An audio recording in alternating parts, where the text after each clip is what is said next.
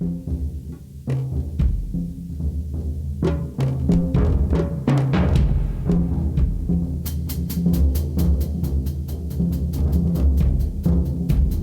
name is Karl Karma.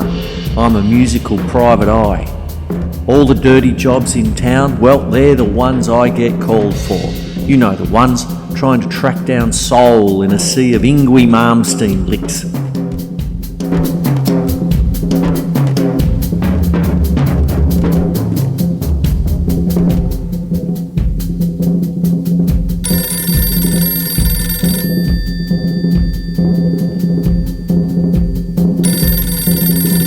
The phone call told me to get to the Brunswick Street Fitzroy pad in a hurry. I got there as fast as my bebop Volkswagen would let me. The pad was equidistant from the Punters Club and the Evelyn. This cat could have played a B-flat blues in his bedroom and scored double scale from both clubs, it was that close.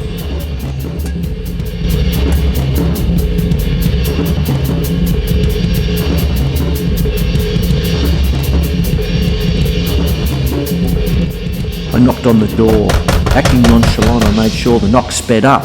"You must be the drummer," the cop said as he opened the door.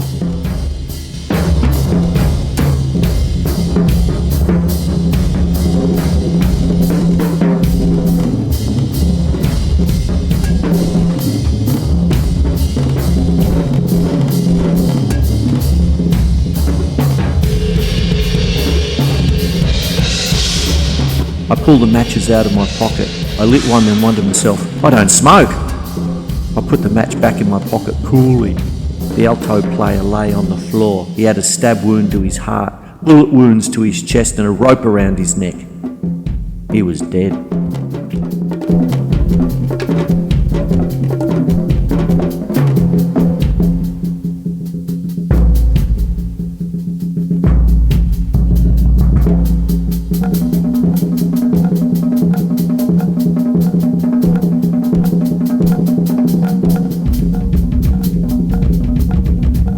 As the plainclothes cop came up to me, I reached for a piece of gum in my pocket and burnt my hand.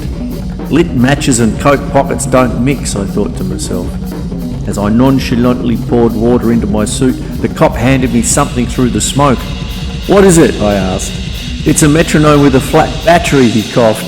I looked at it closely. I felt the back of it. It was still warm.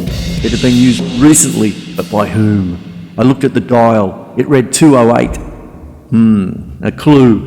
Somebody was trying to play bird, but in this town people can only manage an out-of-tune parrot. New trim lamb might be the jazz flavour of the month, but somebody didn't like this guy's chops. What was the Alto Player's name? The cop found his wallet. He emptied the contents on the coffee table.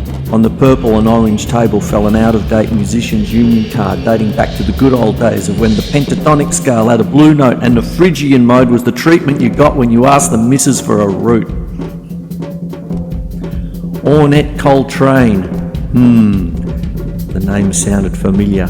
Yes, there was a band that played at Benoit's Gutter last week. That's right, I remember. The Harmolodics. He must have played the gig. It all started to add up. Now I knew who to pay a friendly visit to.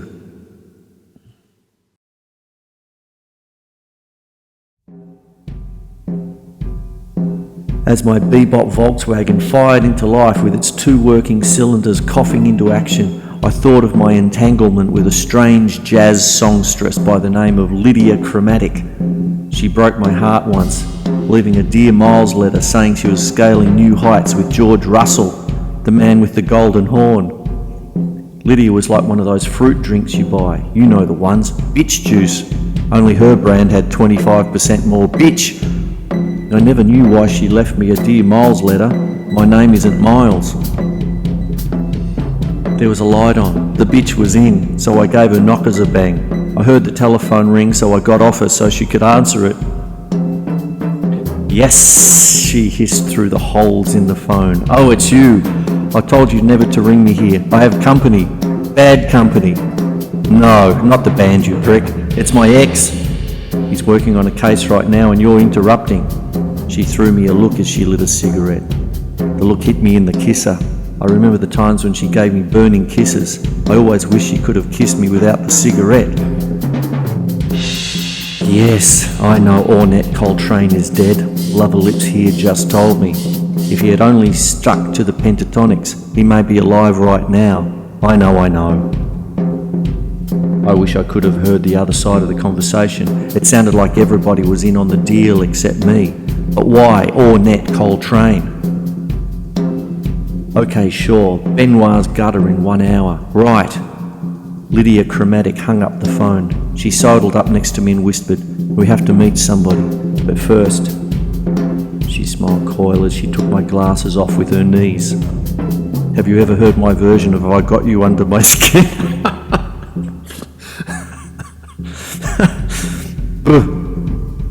Have you ever... Okay, I'll start. Where are... She smiled coyly as she took my glasses off with her knees. Have you ever heard my version of I've Got You Under My Skin? Not lately, I coolly replied. So I started listening and she started singing, not necessarily in that order.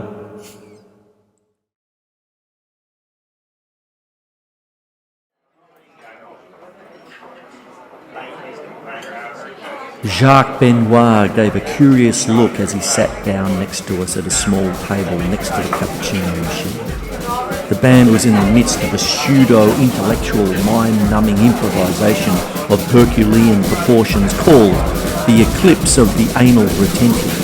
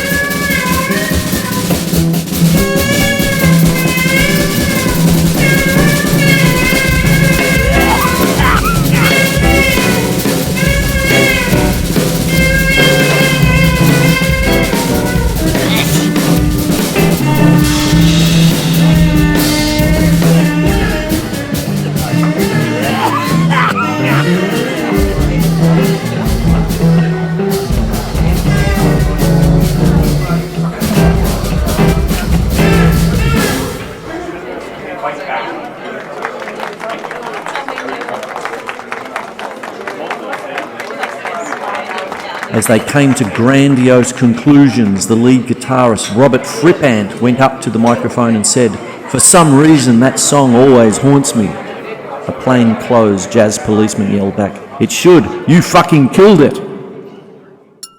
Jacques Benoit, looking on, turned his head and said to me, "Ornette Coltrane. Sure, I knew him. He was here last week, playing out-of-tune notes to a reggae tune." "What were the notes and what was the tune?" I asked. The stupid cat played a minor third against a major sixth and a flat ninth to a minor second. What a stupid... The song man. What was the song? I pleaded.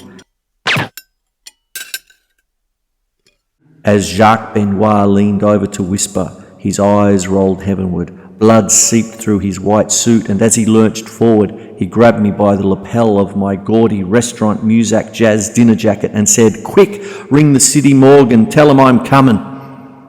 "Don't you want your friends to know?" I asked. "I don't have friends," he wheezed, "only musicians."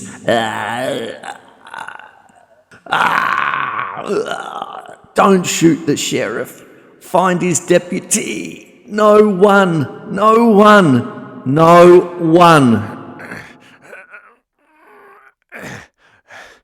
As his last garlic breath wafted into my crying nostrils, his head hit the table with the same bounce as a lead guitarist's checkbook. He was as dead as a Van Halen guitar lick.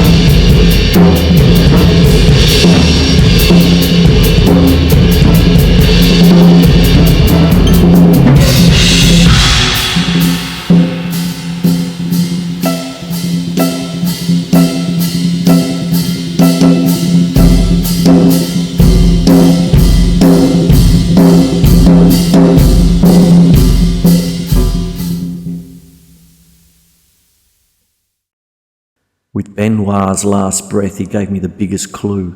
The jazz police no longer haunted his little backstreet gutter.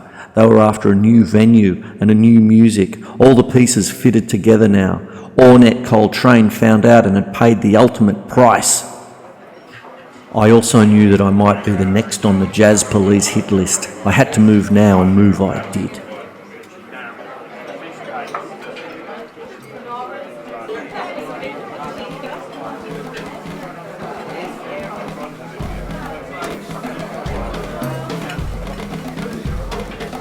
The stairway up to Club de Grevillea was dark and exposed. At the top was Tony Alphabet, club bouncer and part-time bass player. He was ready to rumble. He wanted some action. Like a true professional, Lydia went first. "Hi, big boy, our name's on the door." As Alphabet was distracted by Lydia's warm smile and huge tits, I made my move. I played a quick reverse paradiddle on his testicles. That did the trick, I proudly thought to myself. We moved quickly. We skulked into the club in the disguise of two networking studio musos sucking up to booking agents. We fitted right in. The murmur of the crowd was louder than the music. Business cards flapped and wafted in the breeze like irony falling from a Leonard Cohen songbook.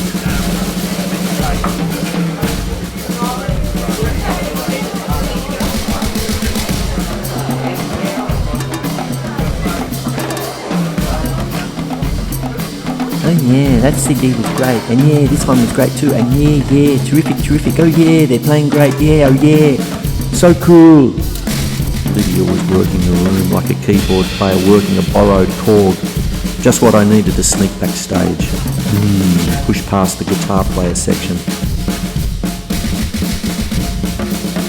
They didn't spot me. They were too busy agreeing with Lydia, saying that reading music means you lose your soul. I quietly sidled past the drummers. Paradiddle, man. That was a reverse paradiddle. I told you, man. Radabacue my ass.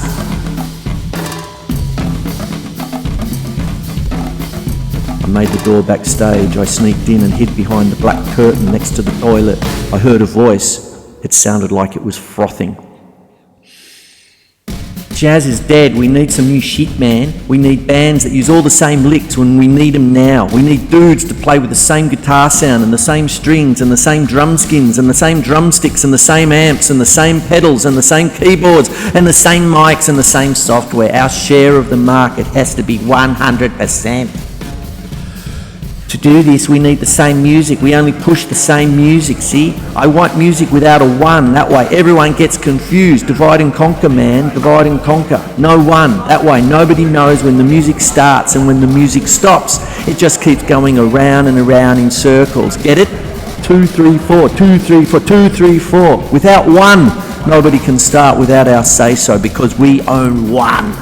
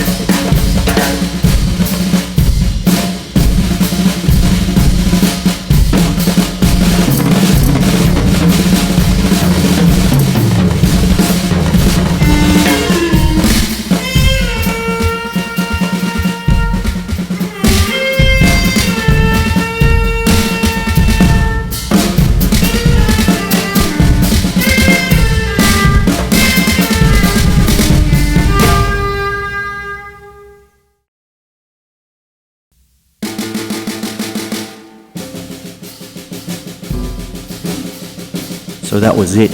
The Jazz Police in a new suit, the new national distributor of one. The first beat, the beat everything bounces off. If they get control of one, they get control of everything.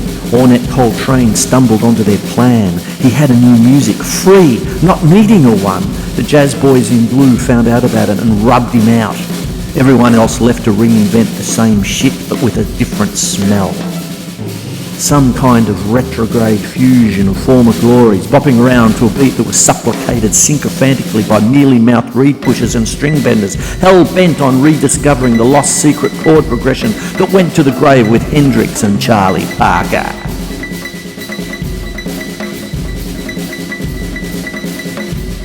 The bastards were close and they knew it. All they needed was control of one, and metronomes all locked into the same fascistically monotonous click, unchanging, forever beeping into musicians' ears, demanding the same beat, the same pulse, and man, if you land on one, you'll have to pay. I had to act now. No time left. I knew he was in the audience up against the pillar next to the bar. I spotted him and he spotted me. So I pressed the button on my bebop mobile. Within seconds he burst through the stage door. My old buddy, Cecil Braxton. Cecil Taylor and Anthony Braxton's love child. Together we held up a poster of Keith Jarrett kissing Jack DeJohnette. Then another of Ian Anderson cuddling Frank Zappa. We sang King Crimson songs as loudly as we could. the mastermind, Deputy Rance Muhammad's of I Can't Believe It's Not an Arts Grant Incorporated, turned in horror as he saw his plan unravel before his eyes. Hearing all of this free-form confusion, musicians in the next room slowly regained consciousness, rekindling the spark of their lost souls and watered-down pentatonic ideas. The jig was up. Rance Muhammad's dived through the secret back door and found his way to the Commodore out the back. Everyone followed, chasing him like a bad outtake from a Benny Hill show.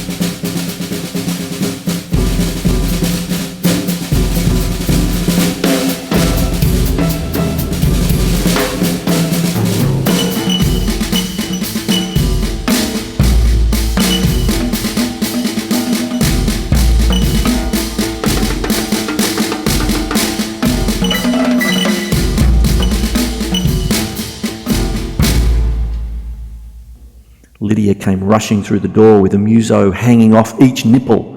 "Did you get him? Did you get him?" she asked frantically.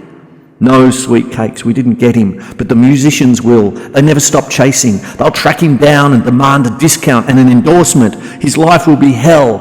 He's forgotten what music is all about, baby. It comes from the soul, babe, not from the wallet, the soul." Lydia Chromatic smiled. "Geez, I love it when you talk like an acid burnout muso from the 80s, baby. Kiss me." So I kissed. She didn't have her cigarette this time, just a tongue that could curl around a tonsil as fast as triple-tonguing trumpeters. She wanted to play safe. I told her to put a sticker on her liquor. I think I had a cigar in my pants she wanted to smoke, but that's another story.